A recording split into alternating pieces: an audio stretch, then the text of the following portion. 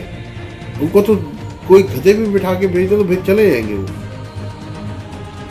میں صرف آپ سے یہ کہوں گا کہ پاکستان انٹرنیشنل ایئر لائن کو اگر آپ نے بچانا ہے تو میں آپ کو مشورے اچھے دے سکتا ہوں کہ اس طرح کر لیں. آپ کی ایئر لائن 5 اسٹار میں بھی آ سکتی ہے، کیونکہ جتنا آپ کے پاس ٹیکس جمع ہوگا اس کے حساب سے آپ اپنی حکومت بھی چلا سکتے ہیں، آپ اپنی گورنمنٹ چلا سکتے ہیں. ہاں صاحب، میری جو بک ہے میں چاہتا ہوں اس کو پبلش کرنا. اس کے اندر بہت سی چیزیں جو کہ میں ایک دفعہ اسد عمر سے ملا ہوں، ان کو میں نے کہا بھی تھا گو ہیڈ. لیکن گو ہیڈ کا مطلب یہ نہیں کہ بس میں ان کی بات سن کے کر لوں. مجھے سم تھنگ ان ریٹن چاہیے کہ میں اس پر بک کو پبلش کروں تو مجھے بعد میں کوئی پرابلم نہ دی جائے کسی بھی قسم. یا تو اس کو کوئی بیٹھ کے پڑھے کہ ہاں what exactly the subjects are there, کیونکہ so many things are secrets. Well doctor صاحب، اگر ہم اکانومی کی بات کریں اپنے ملک پاکستان کی، اگر ہم ابھی کے حکومت اور جو پچھلی حکومت ہے اس کا موازنہ کریں تو آپ کو کیا لگتا ہے کہ ہماری اکانومی جو ہے وہ کہاں جا رہی ہے؟ اکانومی کے بارے میں میں یہ کہوں گا کہ دیکھیں اس وقت تقریباً 4.5 کروڑ پاکستان سے باہر لوگ رہتے ہیں جو کہ بہت ڈونیشن دیتے ہیں، بہت زیادہ پیسے بھی دیتے ہیں جی، چاہے وہ قربانی کے اس میں آئے یا اپنا زکوٰۃ فطرہ کے طور پہ آئے. دیکھیں میں آپ سب سے یہ گزارش کروں گا، دنیا میں جتنے بھی میرے بھائی ہیں جو لوگ ہیں یا پاکستان میں، ہم فطرہ، زکوٰۃ، خیرات جو بھی دیں، ہمارے گورنمنٹ کو چاہیے کہ وہ ایک ایسا باکس بنائے جی جی جس کے اندر وہ ہر زکوٰۃ، خیرات، فطرہ جائے، تاکہ اس پیسے کو گورنمنٹ بائی NIC کے طور پر ان کی مدد کی جائے. کیونکہ آپ سب کو پتہ ہے NGO بنتی ہے، بلیک وائٹ ہوتا ہے، وائٹ جی جی ویسی وائٹ ہوتا ہے. خیر اس سے زیادہ آپ لوگ سمجھدار ہیں. لیکن میرا کہنے کا مطلب یہ ہے کہ 4.5 کروڑ باہر لوگ ہیں. اگر آپ ایک پاؤنڈ دیکھیں تو اس وقت 230 کا چل رہا ہے، یعنی ایک بندہ 230 بندے بن رہا ہے. دھرم کر لیں 46 پہ جا رہا ہے یا 45 پہ جا رہا ہوگا تقریباً لائک میں، تو یعنی ایک بندہ 46. تو اگر 22 کروڑ عوام، اگر آپ کہتے ہیں کہ 22 کروڑ آبادی ہے ہماری اور اس میں سے 4.5 کروڑ بھی نکال دیں تو 18 کروڑ پاکستانی بنتے ہیں. لیکن جو 4.5 کروڑ ہیں باہر، پاکستان سے باہر ہے، اگر ان کو ان کی کرنسی میں 1 پاؤنڈ یا 1 درہم یا 1 دینار کو کنورٹ پاکستان سے کریں تو 18 کروڑ ایک دن میں ہوں گے. ایک دن میں 18 کروڑ. تو ہم اپنے ملک میں ایک دن میں 22 کروڑ آرام سے دے سکتے ہیں، آرام سے، اونلی ون ڈے. جتنے بھی باہر بیٹھے میں ان سے گزارش کروں گا کہ یہ وقت ہے پاکستان کو اسٹیبل کرنے کا. ہم کب تک یہ دیکھتے رہیں گے کہ ہمارا ملک غربت کی زندگی گزار رہا ہے؟ لوگ اس میں سوچتے سوچتے چلے گئے کہ ہم آنے والے اپنی جنریشن کو یہ پاکستان دیں گے کہ جہاں پہ قتل و غارت ہوتا ہے یا سیکیورٹی نہیں ہے یا اپنا بم دھماکے ہو رہے ہیں. کیا ہم یہ ایسا ملک دیں؟ ہمیں چاہیے کہ ہم سب مل کر اس پاکستان کا پہلے قرضہ اتارے. سب سے پہلے تو مین تھنگ اس قرضہ ایک لعنت ہے جو کہ لیا گیا ہے. اور میں کہتا ہوں کہ دیکھیں ایک بات اور کہوں گا، جتنی جلدی ہم لوگوں کا قرضہ اترے گا اتنی جلدی ہم لوگ اوپر آئیں گے.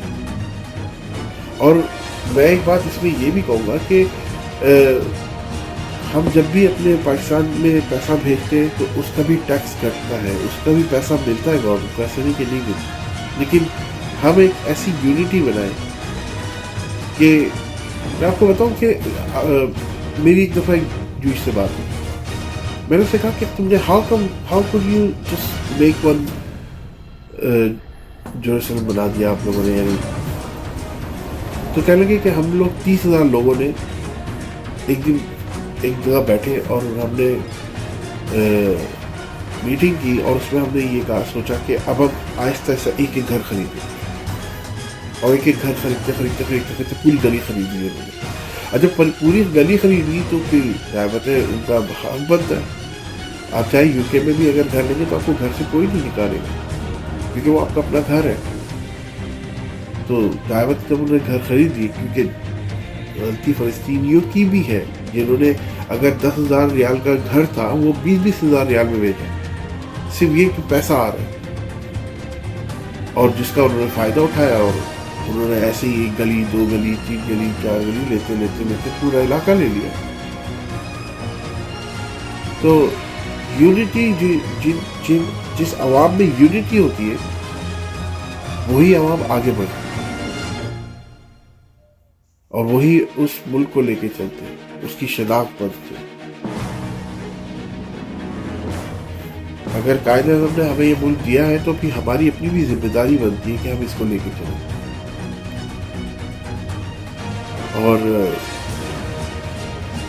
جتنے بھی اس وقت پاکستان سے باہر ہیں ان کو سوچنا چاہیے کہ ہم کس طرح اپنے ملک کو فائدہ دے سکتے ہیں، وہ اس طرح سوچیں اس کے لیے. جی ڈاکٹر صاحب، اب ہم اپنے آخری سوال کی طرف جائیں گے. میرا آخری سوال آپ سے یہ ہے کہ ہمارے جتنے بھی سابق وزیر اعظم ہیں ہمارے ملک کے، وہ ہمارے خان صاحب سے کیا چاہ رہے ہیں؟ ان کی کیا ایکسپیکٹیشنز ہیں؟ آپ کو کیا لگتا ہے؟ ہمارے ملک میں آج جو پالیٹکس ہو رہی ہے وہ بس ایسی ہو رہی ہے کہ کوئی اس کو کھینچ رہا ہے, کوئی اس کی ٹانگیں کھینچنا, کوئی اس کو بال مار دینا, کبھی اس کو بال مار دینا, کبھی اس کی فٹ بال چھین لینا ہے, کبھی اس کی فٹ بال لینا. اتنی فٹ بالیں کھیلی جاتی ہیں کہ میں سوچتا ہوں کہ یہ کر کیا رہے ہیں اپنے ملک کے ساتھ. دیکھیں, جن کے پاس ایجوکیشن نہیں ہوتی نا, وہ کبھی بھی اچھا نہیں سوچ سکتے, نہ اپنے گھر والوں کے لیے نہ اپنے ملک کے لیے. آج جو سیاست میں ہو رہا ہے وہ یہی ہو رہا ہے کہ بس ہم کسی طرح اوپر آ جائیں, ہمیں کوئی سیٹ مل جائے, ہم پارلیمنٹ میں چلے جائیں. کیا ہے یہ سب؟ ایک میں آپ کو بتاؤں کہ جب خان صاحب کا آنے کا تھا نا, پہلی بات تو یہ کہ خان صاحب نے جو بھی کہا اپنی طرف سے بالکل صحیح کہا, بہت اچھا کہا. جتنے بھی انہوں نے اپنا دھرنوں میں باتیں کی سب اچھی کہیں. لیکن ظاہر بات ہے کہ اگر میں آپ سے یہ کہوں کہ میں اس وقت یو کے میں ہوں, آپ لوگ پاکستان میں ہیں یا دنیا کے کسی حصے میں, جب تک آپ یو کے نہیں آئیں گے, جب تک آپ کو پتہ نہیں چلے گا کہ یو کے ہے کیا, یہاں پہ کس طرح کی لائف ہے, کیا لائف سٹائل ہے, کس طرح لوگ جیتے ہیں, کس طرح لوگ اپنا زندگی گزارتے ہیں. تو ظاہر بات ہے خان صاحب جب سیٹ پہ بیٹھے تو ان کے سامنے فائلیں آئیں تو ان کو پتہ چلا کہ ماجرا کیا ہے. لیکن اس وقت ایک بات تھی کہ آپ کے خزانے خالی ہو رہے, خزانوں میں پیسہ نہیں ہے. یہ تو شکر کریں کہ الحمدللہ کہ پاکستان کو اللہ تعالیٰ نے بچایا. میں کسی ایک بندے کا نام نہیں لوں گا, یہ اللہ تعالیٰ نے معجزہ کیا کہ پاکستان کو بچا لیا. آپ کا پاکستان فلسطین بننے والا تھا, عراق جیسا حال ہونے والا تھا, سیریا بننے والا تھا, کھنڈر بننے والا تھا, لیکن اللہ نے بچا لیا اس کو. دیکھیں, جب کوئی چیز سامنے آتی ہے تو اس کو انسان دیکھ کے پھر ابھی سمجھتا ہے کہ ہاں یہ کیا صحیح ہے کیا غلط ہے. لیکن آج کچھ عوام بہت زیادہ پریشان ہے, کچھ عوام نہیں. مجھے بہت سے لوگ کہتے ہیں کہ خان کے آنے کے بعد یہ بھی ہو گیا یہ بھی ہو گیا. تو میں کہتا ہوں کہ پہلے اس کے پازیٹیو جو ہے وہ دیکھو کہ آنے کے بعد انہوں نے کیا کیا. چھوڑ دیں ان کی 10 باتوں کو, چھوڑ دیں بھائی, ایک بات تو کمپلیٹ کر لی, ایک بات تو کر رہے وہ کہ ہاں میں دنیا کے ساتھ کھڑا ہوں گا جو انہوں نے کہا تھا. ہم صرف ایک اس کے پیچھے لگے رہتے ہیں کہ یہ نہیں کہا تھا یہ کہا تھا, یہ نہیں کہا تھا یہ کہا تھا. خدا رہا آپ لوگوں کو پتہ ہے جب یہ شوز ہوتے ہیں نا تو دنیا کے لوگ آپ کو جب دیکھتے تو وہ ہنستے باقاعدہ ہنستے کہ واہ یہ کیا لوگ ہیں, لوگ ان میں تو خود یونٹی نہیں ہے. تو پھر کس طرح ہوگا, کس طرح کام چلے گا. ہم صرف یہ کوشش کر سکتے ہیں کہ ہم اپنے ملک کو اچھے سے اچھا کریں اور جو تفرق ہے اس کو ختم کریں, چاہے وہ لاسانی ہو یا کسی بھی بات پہ ہو. ہمیں یہ نہیں سوچنا ہے کہ ہمیں سیٹ چاہیے, ہمیں یہ سوچنا ہے کہ جو قائد نے پاکستان بنا کے دیا ہے اس پہ چلنا ہے. دیکھیں میں آپ کو بہت چھوٹی سی بات بتا دوں کہ اگر آج پاکستان ختم ہو گیا تو آپ کی سیٹیں دھری کی دھری رہ جائیں گی, سب کے سب زمین پہ بیٹھے ہوں گے. آپ ٹھیک ہے آپ کے یہاں پیسہ آپ بھاگ گئے, آپ دیکھ لیں اشرف غنی کو دیکھیں, آپ کیا ہے دبئی میں کتنا رہنے گا, پیسہ ختم ہو جائے گا پھر کیا ہے, ایک دن تو پیسہ ختم ہوگا, پھر کیا ہوگا, آپ کا ملک نہیں ہوگا. آپ خود ہوگے ضرور لیکن آپ کا ملک نہیں ہوگا. تو ملک جو ہوتا ہے وہ شناخت دیتا ہے. آج افغانستان کے لوگ یہاں پہ آئے ہیں یو کے میں یا جرمن میں یا کہیں پہ بھی گئے, they hold Pakistani passport. So the value is Pakistani passport, not Afghanistan passport, not even Syria passport, not even Iraq passport, not even Palestine passport. تو جو ویلیو ہے آپ کے پاکستان کی پاکستانی پاسپورٹ کی, اس کی قدر کرنا سیکھیں, کیونکہ جب آپ دنیا میں جاتے ہیں تو اسی پاسپورٹ کے اوپر جاتے ہیں اور پھر اسی پاسپورٹ کے اوپر جاتے ہیں اور عیاشی کرتے ہیں, گھومتے پھرتے کھاتے پیتے, لیکن اس جگہ پہ آ کے نہیں سوچتے کہ ہم جہاں بیٹھے ہوئے ہمیں وہاں کچھ تھوڑا سا کام کر لینا چاہیے. میں اینڈ ورڈنگ میں یہ کہوں گا کہ خان صاحب پلیز ان کے اوپر بھی نظرثانی کریں کہ جو اندر ہی اندر اس پاکستان کو کھوکھلا کریں، جو آپ کے ارد گرد بیٹھے ہوئے جو سماج کے لیے بھی برے ہیں اور آپ کی پارٹی کے لیے بھی برے ہیں، ان کو نکال دیں، بہتر رہے گا۔ جی ٹھیک ہے، بہت بہت شکریہ آپ کا ڈاکٹر صاحب۔ ناظرین، ہمارے پروگرام کا وقت ختم ہوا، کل انشاءاللہ آپ سے ملاقات ہوگی۔ مجھے آمنہ خان کو دیجیے اجازت، اللہ حافظ۔